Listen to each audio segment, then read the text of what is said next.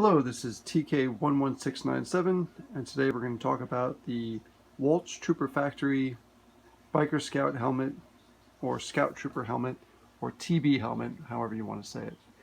I have a few helmets. This is 4, I think I have 9 in total. This is the completed Walt's helmet, and this is a Walt's helmet I took apart. I've included a Studio Creations one and an Altman's one for reference. They're of course bigger because they're for adults, but this is an idea of what they should look like, either dirtied up or nice and clean, or of course, in menacing black. Now the first thing you're going to get with a helmet is a few screws, 2 bolts, 2 nuts. You're going to get some stickers, I think. I don't know, I've ordered stickers in the past. You're going to get the snout. It's a greebly that goes on the front. For the regular Biker Scouts, it's going to be gray with a black mic tip, or an aerator, I think they call it. And for the if you're doing a magma, or if you're going to do a Shadow Scout, that just stays all black. But this is what it's going to look like when you're, well, halfway through assembly. I'm sorry I don't have a unfinished helmet. I will have one next week where I'll do an actual assembly video, but I wanted to show you the parts. So here we have the faceplate. You're going to get 2 halves that are joined at the top. Now in this you can see a seam line because I haven't sanded it all the way down yet. But you get the idea, and I'll give you a measurement for that so you know where to cut, because it could be a little tricky. There's more than enough material. You're just looking to get the right size here so that it could fit over the mask. Now these come in 2 halves as well, and you join them on the top. There's 2 ways to join the 2 halves here. After you trim them down, by the way. Leave some room on the side.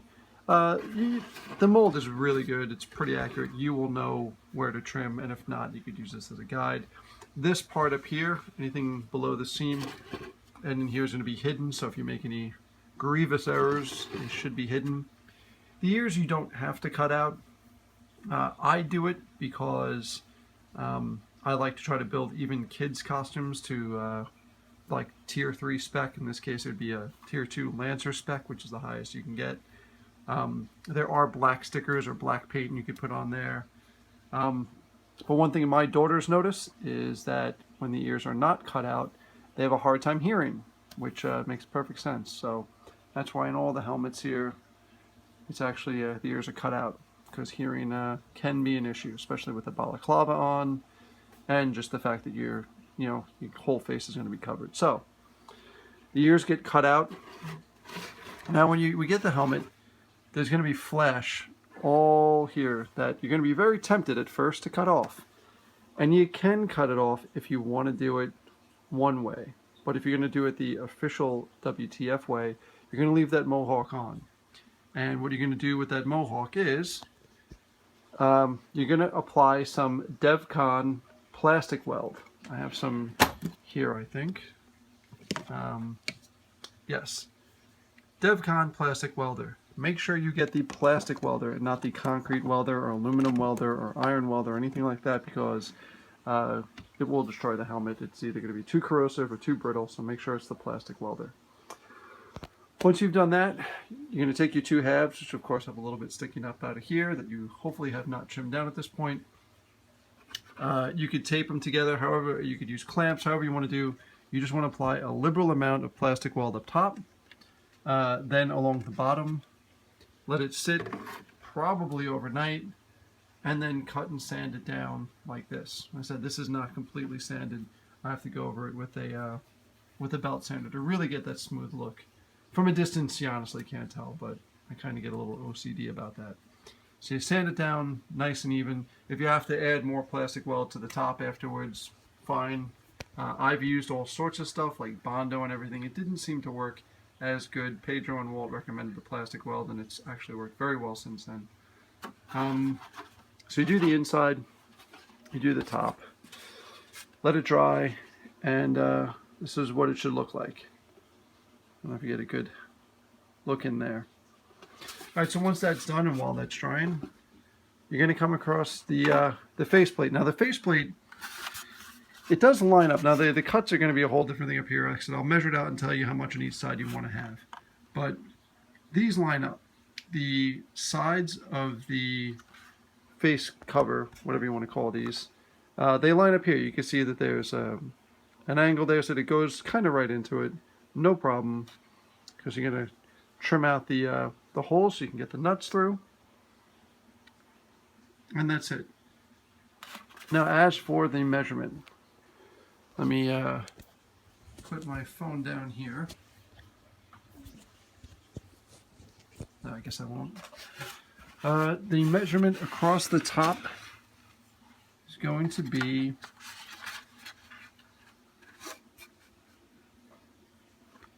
for this, I prefer 6.5 inches or thereabouts. So you're talking about 3 1/4 inches for each of these halves. Sorry for the shaky video. This wasn't really planned. Just answering someone's question. So you cut them. You join them together. I like putting a strip up here to help keep them in place. I personally prefer to spray the inside of the helmet black. My daughter told me when I didn't do it that they sort of got a glare from the inside. And for the ears, since the ears are going to be open, if it's white or any light color in there, people can see right in there. But if it's black, it looks as intended, and it just looks black. It also hides some of the other stuff I'm going to put in there, like normally up front in the snout over here, I'd put a fan and a microphone, a wireless mic or a wired mic. You got your bolts that are going to go in the sides over here. Of course, you can see the holes have been cut.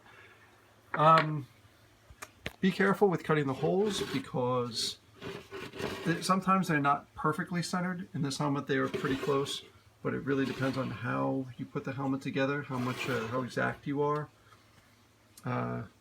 You don't want to wind up cutting too much in because then the helmet will sit the faceplate will sit unevenly.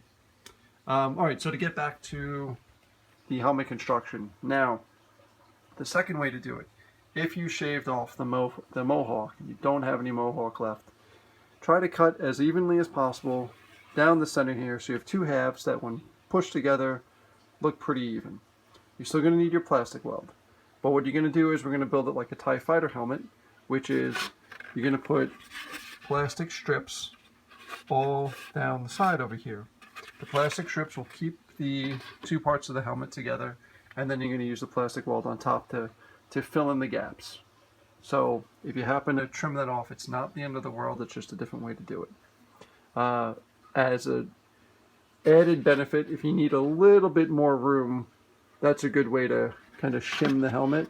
Although, since Walt is coming out with an adult helmet very, very soon, if you really need a bigger helmet, you might want to go that route.